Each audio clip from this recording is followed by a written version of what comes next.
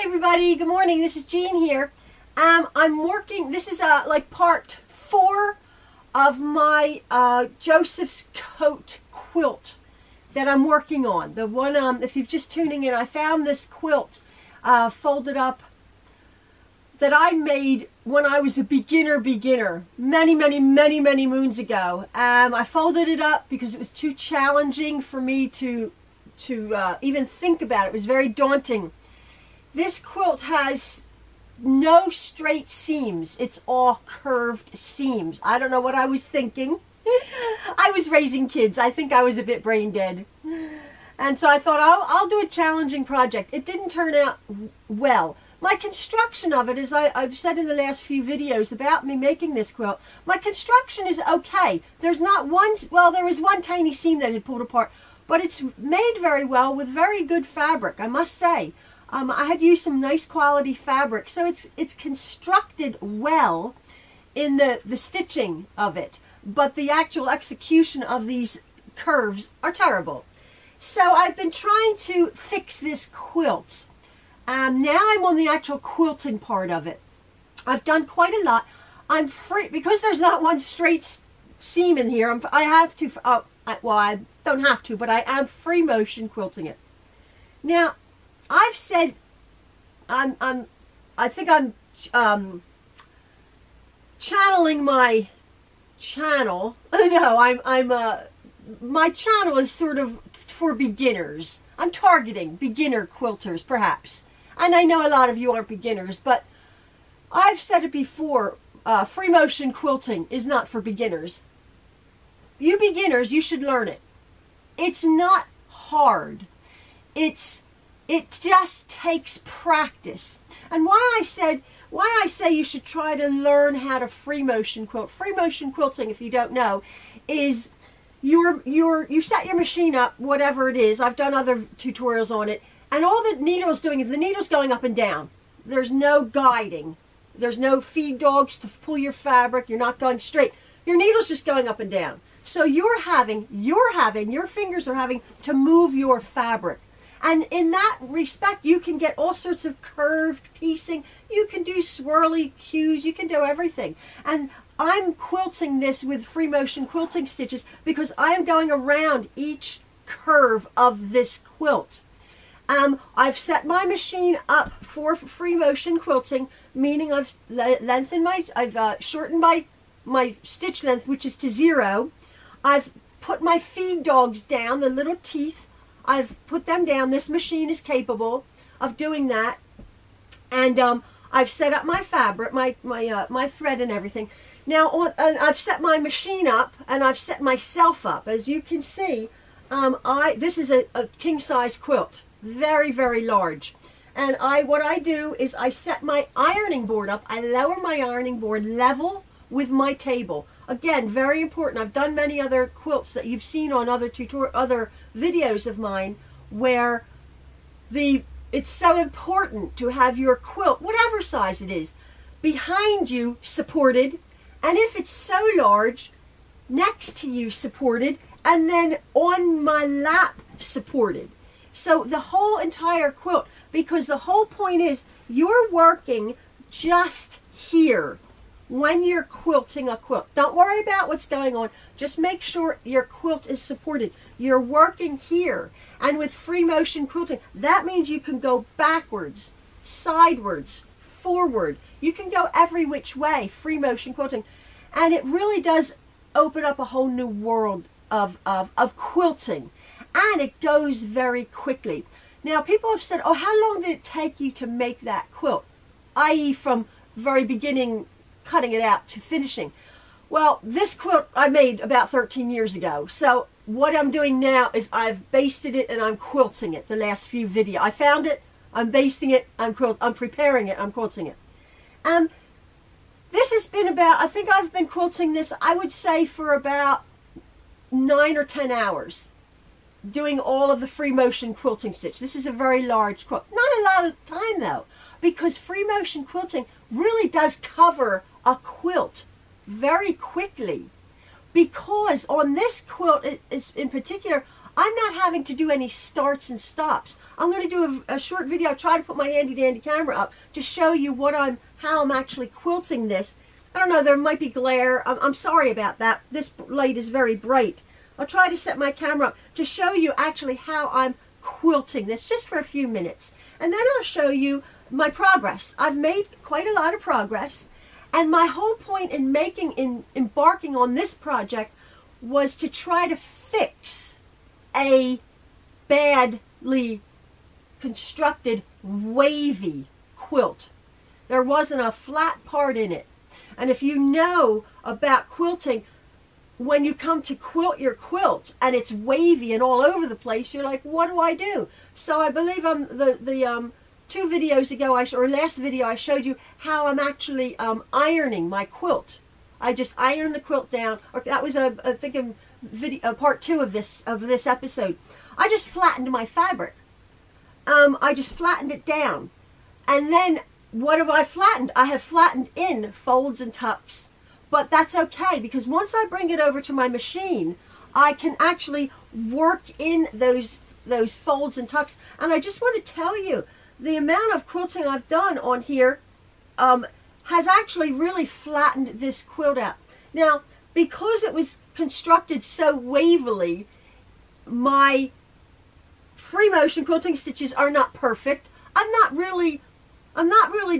doing a good job. I'm not doing an incredibly excellent job of free motion quilting because it sort of goes with how I made this 13 years ago. Not that that's an excuse. I can do good free motion quilting. I'm just doing it, la la la la la la la, on these images here.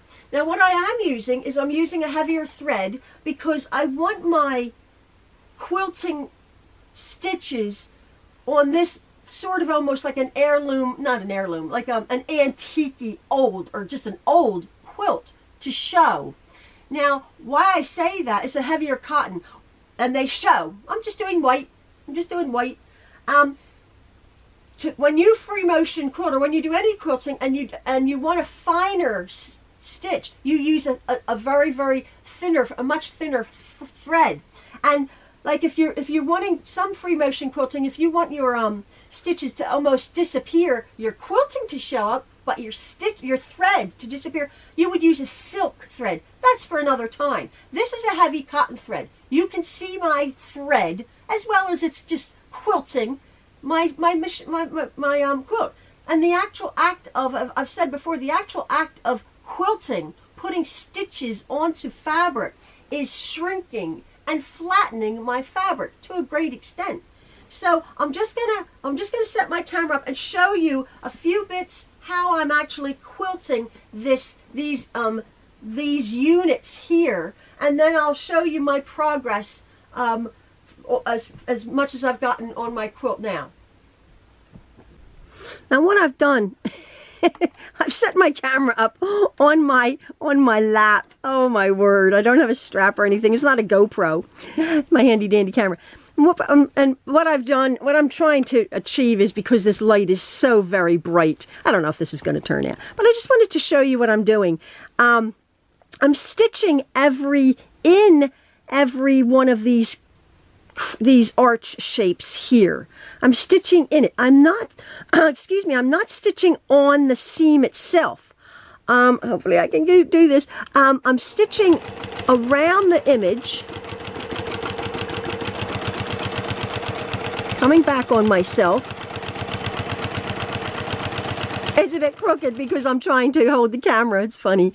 And then I'm going to be stitching in the pink. Not on the seam at this time. Man, I'm telling you, I deserve an A for camera work here. It's flipping on my lap. So this is what I'm doing. I'm just going to go around, see around the camera. Now you see how that's a little bit rucked up there. I'm just letting my presser foot, excuse me, just sort of push that out of the way. But then you see I have this lump. Can you see it? Yeah, I have this big lump here. So what I will do is when I'm finished over here, I'll just bring my needle around to this point and I'll stitch that down. I'll stitch that down. And just again, it sort of gets folded around and stitched down. And is there a little bit of a tuck there? Yeah, absolutely. Because there's too much fabric. But because this is, as I said, this is sort of an antique-y looking old quilt, obviously, I'm absolutely perfectly fine with my amateurish looking stitches. That's my story, and I'm sticking to it. So I'm going, quite a few of these places were pretty okay. Some of them are really lousy. Now you see the pink where that was sort of folded in? Well, you see how the fabric sort of the stitching, I should say, sort of compensated for that. Again, you see how it's sort of being pressed along and then sort of being pushed out.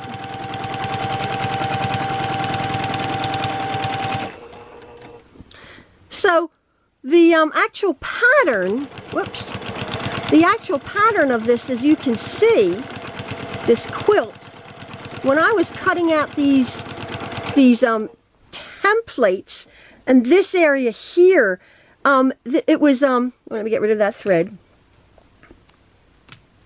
It was this funky, I don't know, this shape here. I don't know, it looks sort of like a fallopian tube with ovaries. Oh no, that's weird. That's weird. It's weird shape, and then this wedge shape here. There's nothing square, nothing straight about this quilt whatsoever. Just these funky shapes that I've tried desperately to make into a flat quilt, which didn't work. And so here I am trying to quilt this mess out. But it's okay, because actually I'm quilting this, if you can see, I'm quilting this about every half inch. About every half inch over the whole top of this quilt, which is a lot of quilting, and therefore it's going to be just sort of flattening out. So there's that bit there. Now, if you can see, I've sort of, this sort of comprises one block here. 1, 2, 3, 4, 5, 6 sort of spokes around this center hub. Now, what I've also done is I've come back, and on all these white, big lumpy things, I've actually just gone around that, and then I've gone into the middle, and sort of like highlighted that satin stitching. That's it. Now, again, oops, now, oh, my foot's on the pedal. Now, let me just see if I can adjust this. I don't think I can. Anyway, I'm going to come back on this. I'm going to address this. Now, I've stitched not on the seam, right? But this one, I want to sort of like enclose. And also, I want to get down to this point here. So I'm going to go on that seam and just sort of stitch down that brown bit, and then I'm going to start all over again on these spokes here. See, they all sort of connect to each other, and that's basically, I mean, you know, I'm not going to go on and on because it's a bit redundant, a bit like watching paint dry for you guys, because this is all I'm doing. I'm going into this whatever thong looking thing and then around on the pink. And then summer, this is a little bit roughed up, but like because cotton stretches, I can sort of manipulate it.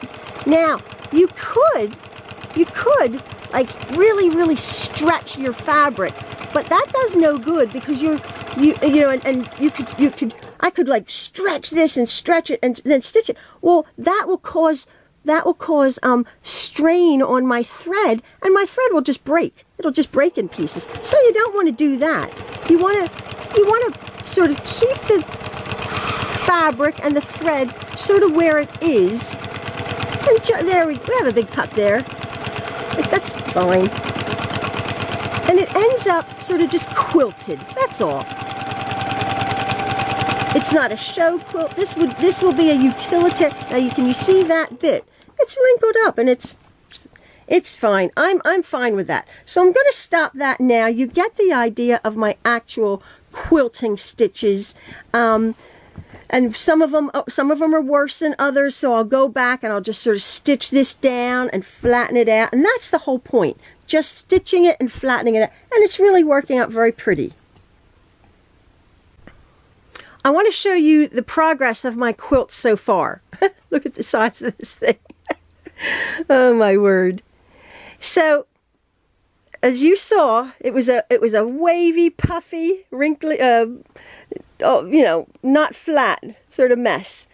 But in my sheet, as I was saying, and I repeat myself a million times, in the sheer fact of just stitching down places, I'm flattening it.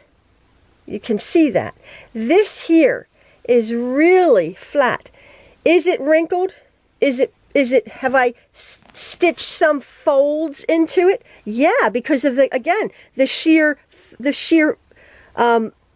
fact of my crummy construction method. Yeah, but it's flat and it looks quilted and it's quite lovely. Now, I just want to show you.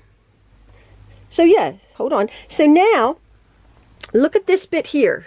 I've not done that. So this bit here, look at all that.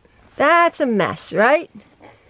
So this is these are all pinned. I've not done that, but you can see that the rest of this quilt sort of looked like that puffy.